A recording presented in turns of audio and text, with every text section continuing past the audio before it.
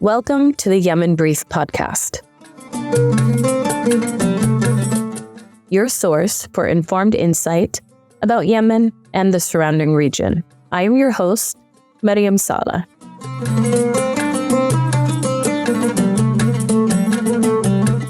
This episode is connected to a project which investigates humanitarian aid and its effect on Yemen through the years.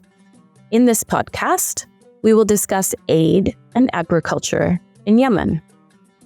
In the mid-1960s, 98% of Yemen's staple grains were produced in Yemen. But 20 years later, Yemen transformed. It became an import economy, totally reliant on imports of food, humanitarian aid, and money from the growing Yemeni diaspora. In this episode of the Yemen Brief, we will dive into the root causes of this dramatic disintegration of Yemen's agricultural society. We will also learn about the lingering remnants of Yemen's historic agricultural practices as we ask if, at a time when Yemen needs it more than ever, the nation's domestic agriculture can be revived to provide Yemen with food security once more.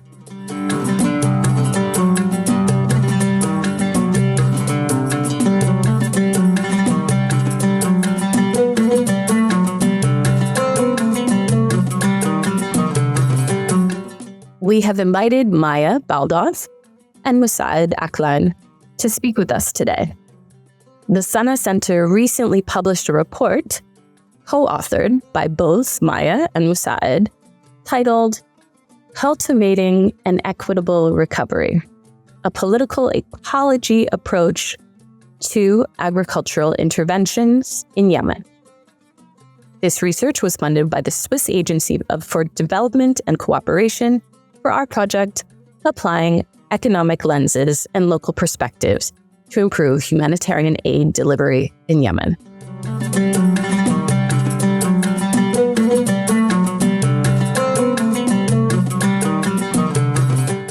Maia has spent nearly a decade in the aid sector across multiple regions. She has responded to crises with international NGOs in the Middle East, including her work in Yemen between 2015 and 2020. She holds a master's degree in environment, politics, development from SOAS University of London, and a bachelor's in international development, public health, and sustainability studies from the University of Minnesota. Musaed is a senior researcher at the Sana Center, and his research focuses on water, the environment, and climate change. He holds a master's degree in integrated water resource management from Cologne University in Germany and a double PhD in water resource management from IHE Delft and Wageningen University in the Netherlands. He is also the lead researcher and consultant in the field of water and the environment, having worked extensively with international organizations.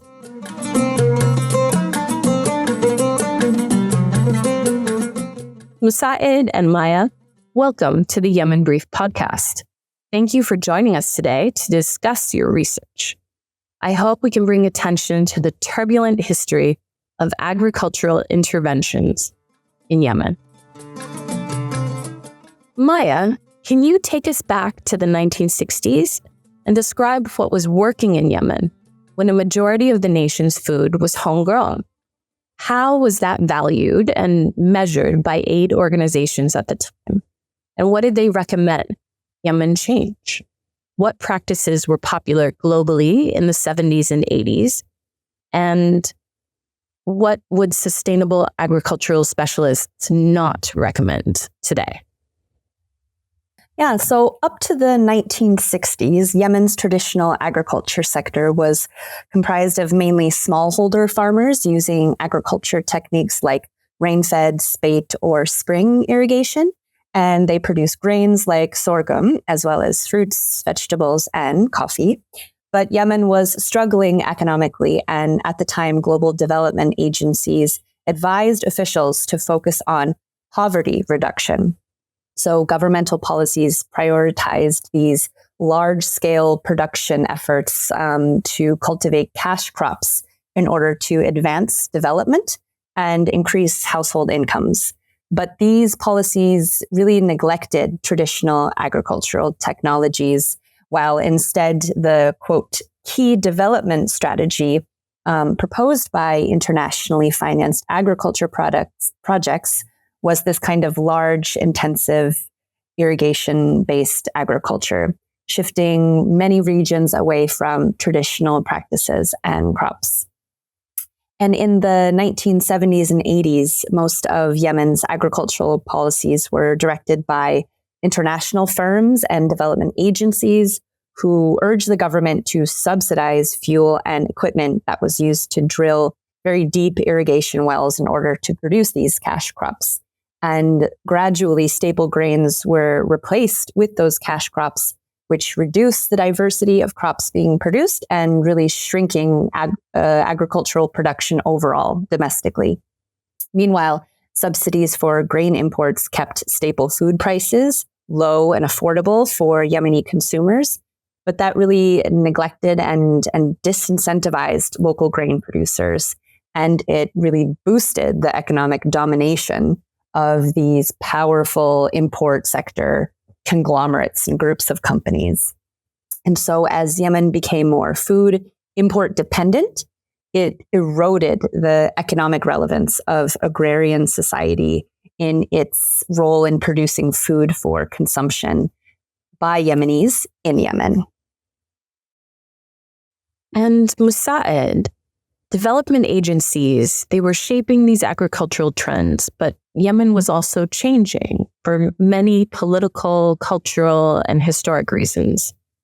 What other dynamics were at play that led Yemen to pivot towards these more extractive forms of agriculture? One of the biggest impact on agriculture and rural life in Yemen was the outflow of migrants from Yemeni countryside to Gulf countries. This depleted the agriculture workforce in rural areas. But also in 1980s, money transfer sent to Yemen by those workers outside Yemen constituted 40 to 45% of the gross national product in both Yemen Arab Republic and People's Democratic Republic of Yemen, the two separate states of what is now the Republic of Yemen. This fund helped to modern the agriculture. Farmers could offer new technology such as tractors and groundwater digs and also diesel power groundwater pumps.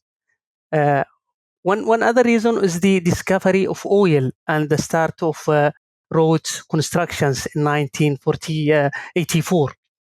This further changed the political economics of Yemen and accelerated the modernization of agricultural practices.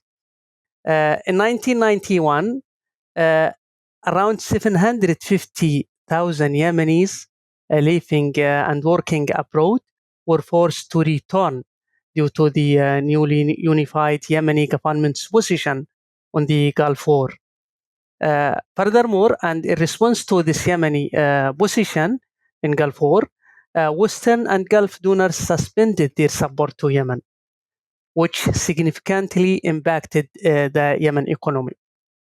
This wave of return of Yemenis accelerated the urbanization in Yemen, led to more rural-urban migration for better jobs in urban areas, and this also led to further depleting the agriculture workforce. Then, after 1994, civil war, reconstruction, and international aid was tied to the government adoption of new liberal economic reforms, cutting food and fuel subsidies. This also increased the agriculture practices that included the groundwater extraction. And Musaed, you've just mentioned something very important, groundwater extraction. And I know your research focuses on water. So the control of water crises, and the equitable use of water is all something that you study. And Yemen is one of the most water scarce nations in the world. Agricultural production in Yemen accounts for 90% of water withdrawal. And yet, most of Yemen's staple crops are still imported. So why is this? Well, as we all know, Yemen has no permanent surface water like rivers or lakes, and all Yemenis relied completely on traditional water harvesting practices, and this was the main source for their agriculture practices. And they were almost satisfied with these systems, with these agriculture practices, so to satisfy their water and food needs, which is not the case today with the extraction of groundwater, where the people start to neglect traditional water harvesting systems, but also traditional agriculture practices, and start to rely more in groundwater source. And as you just mentioned, 90% of water is withdrawal nowadays from groundwater resources, even with low efficiency and with use for cash crops, not only for stable crops, which the people need. And this cash crops is more profitable than stable crops, and this is helps to shift from the crops that people used for their food security and start to rely more on the imported crops. So this is a part of the impact. But also there is a relation between the conflict and resource scarcity. One of the problems Yemenis are facing today is the food and water scarcity in all over Yemen, and this is considered as a part of the conflict and disputes among locals themselves. As reported, there are around 4,000 people died every year because of these disputes over water and land issues. Thank you, Musaed. And Maia, this paper was designed to apply a political ecology approach to agriculture. How can an understanding of political ecology help address these conflicts over resource scarcity? So, political ecology has developed as a theoretical framework since really the 1970s. It builds on disciplines like environmentalism, conservation, and sustainable development, among others. And as a framework, it prioritizes the environment as it specifically relates to and is also a part of human society. So it emphasizes understanding access and control over resources by different political forces, including, of course, governmental and official political forces, but also informal and traditional political forces, and looks at the broad global dynamics as well as the hyperlocal and how all of these interact and impact natural resource distribution, as well as how they create and reinforce aspects like poverty and prosperity and marginalization and inclusion. And a simple way to think of it is like political economy, which is becoming more mainstream in analysis that is carried out by international aid and development actors, plus the environment. And in the paper, we give a couple of examples of how a political ecology approach has been applied in Yemen, including to understand conflict over natural resource access. And in 2003, Gerard Lichtenthaler published a book called Political Ecology and the Role of Water in Yemen, which we've found to be the first study of Yemen's natural resources through a political ecology lens. And the book looks at environmental problems and natural resource scarcity in Yemen as fundamentally a result of the political and economic context. And it studies traditional water resource management in the Sada Basin, where intensive irrigation had severely depleted the groundwater resources.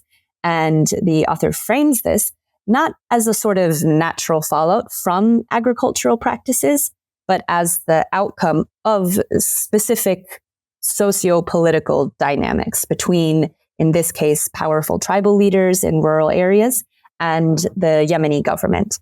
And so in this context, already wealthy landowners were given government subsidies to drill wells for irrigation, which enabled them to cultivate those water-intensive cash crops, which further boosted their wealth at the same time that it, of course, depleted the water table. Meanwhile, poor farmers suffered from a lack of access to resources like water, which caused their crops to fail. And this led to conflict in these areas. And so political ecology is one way of framing how resource use and inequity between users, dictated by their political power or lack thereof, can and must be well understood to inform policy and practice, especially that of international humanitarian and development agencies. Around the world, climate change is starting to impact our daily lives. Musaed, in what specific ways is climate destabilization affecting Yemen's agricultural sector? Yemen today is witnessing climate destabilization in all ways you would expect, and in new ways we could not have previously imagined.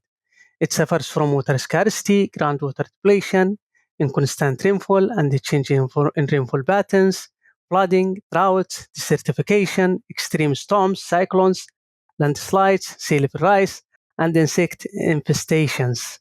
Above of all of this, the new conflicts and displacements also led to loss of lands or loss of land access due to the conflict, due to the climate change, due to the mines and unexploited ordnance, which was spread further by floods, for example.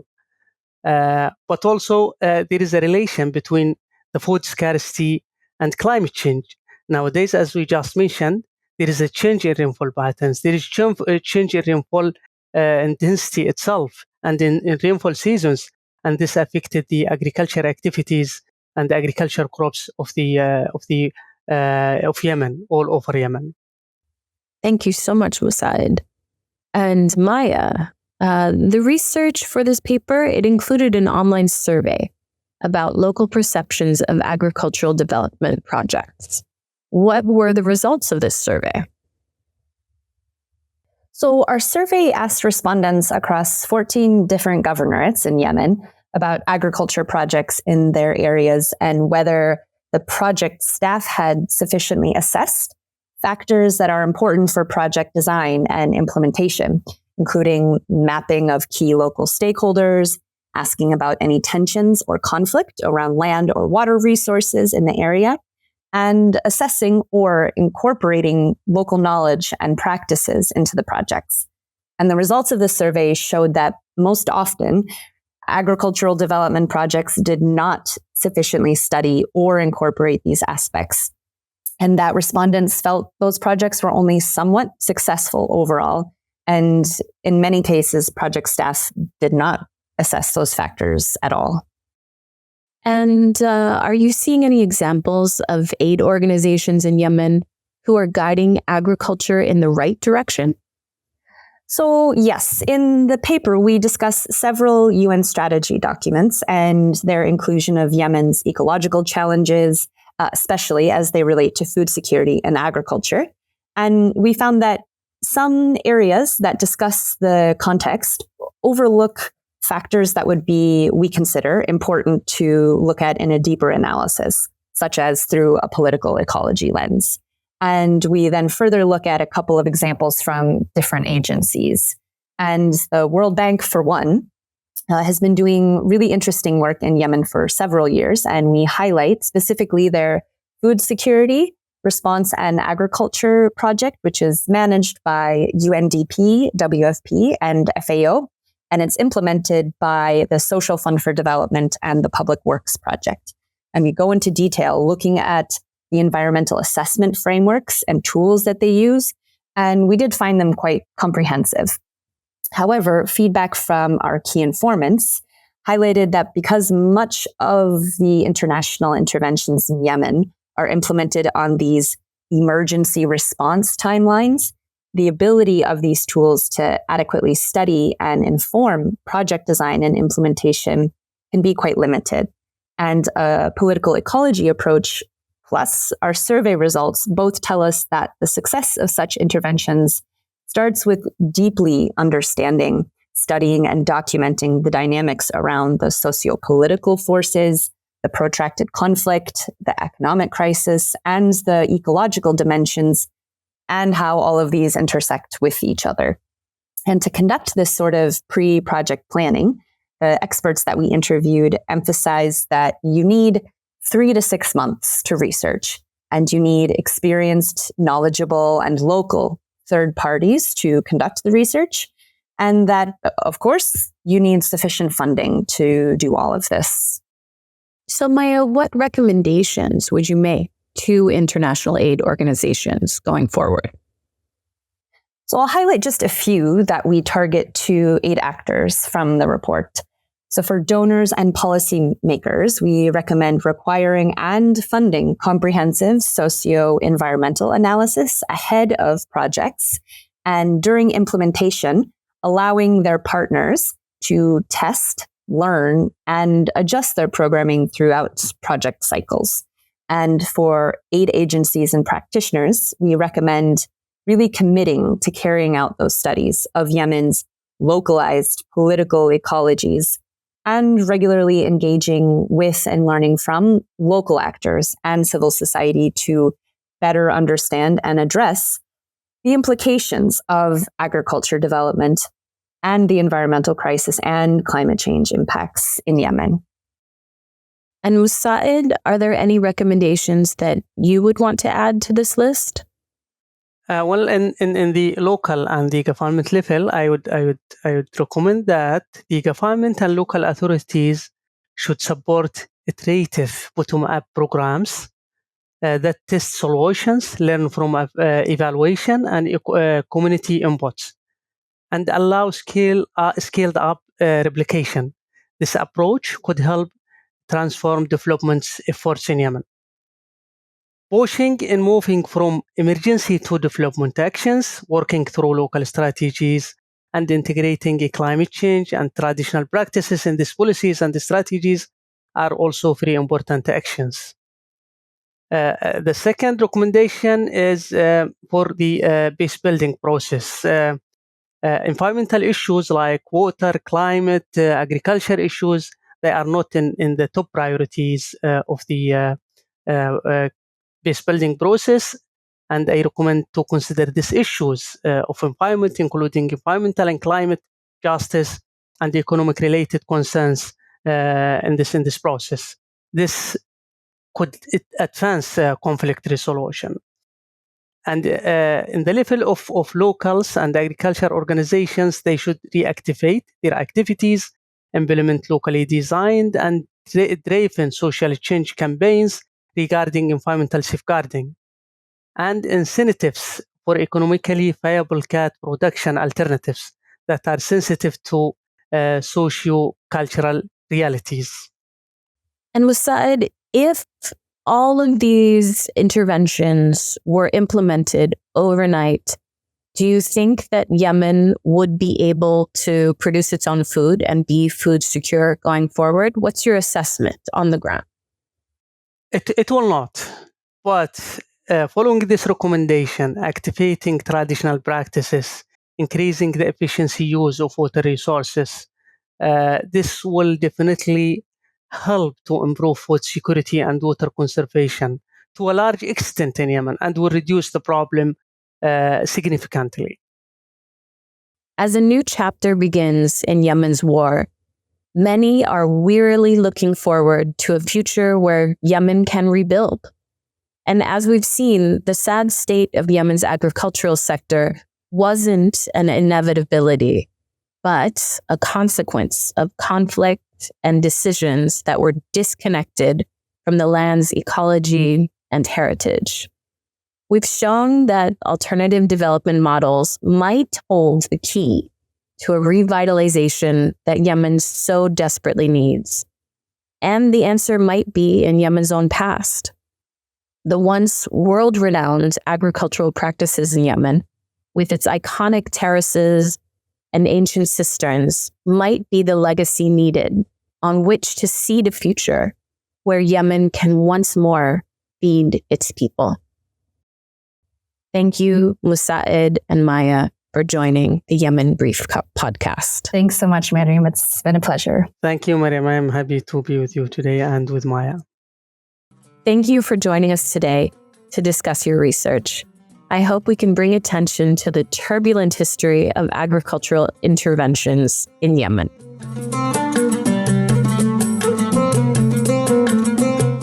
The Yemen Brief is a Sana Center podcast where listeners can turn for an informed insight about Yemen and the surrounding region.